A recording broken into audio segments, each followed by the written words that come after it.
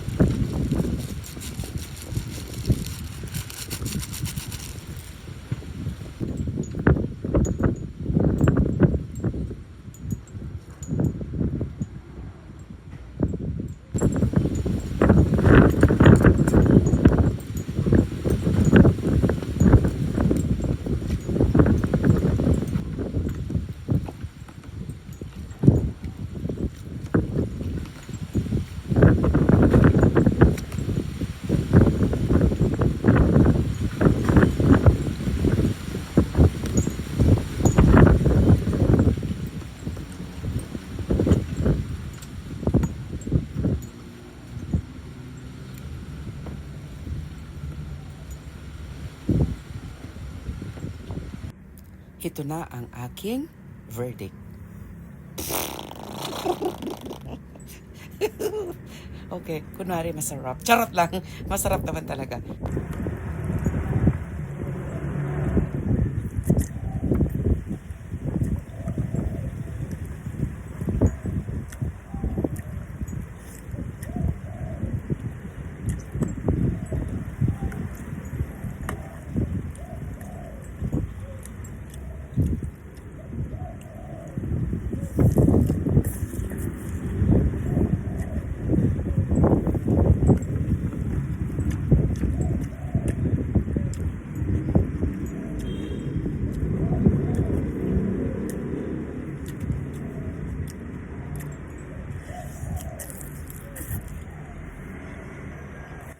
Oh, ito ha, yung totoo.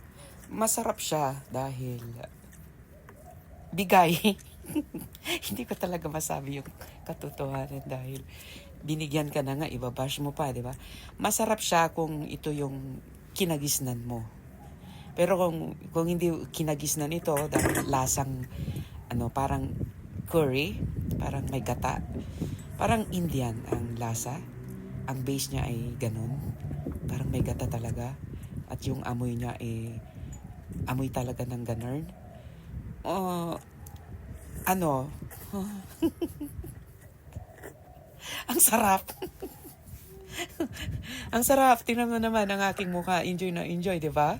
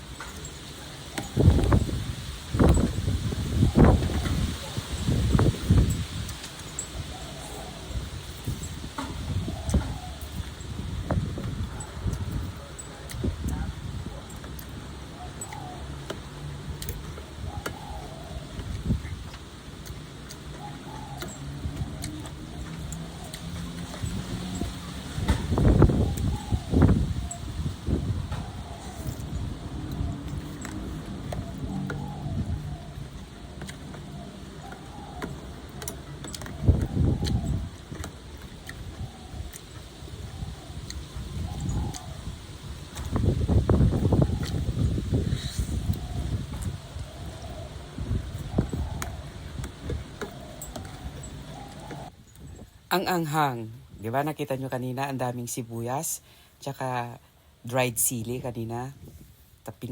Pinaghahalo-halo ko. Feeling ko kayang-kaya ko. Tinis ko lang talaga for the sake of this vlog. For the sake of this content. Kaya kung nakita nyo tong video na to, maawa naman kayo OFW guru, Thailand yan. Guru sa Monday to Friday. Tapos, reeler, vlogger, digital creator ng Lunes hanggang Linggo.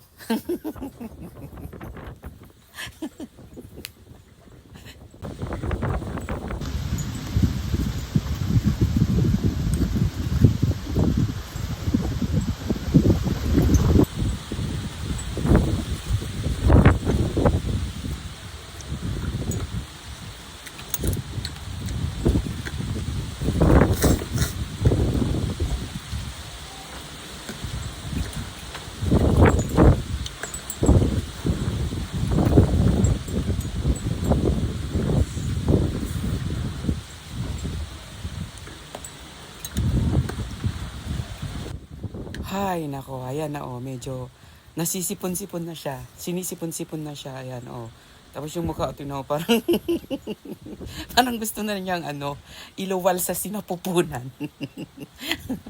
Gusto niya nang iluwa, pero papangatawanan niya niyan. Tingnan niyo, ayan, papakita pang ubus na, ebidensya.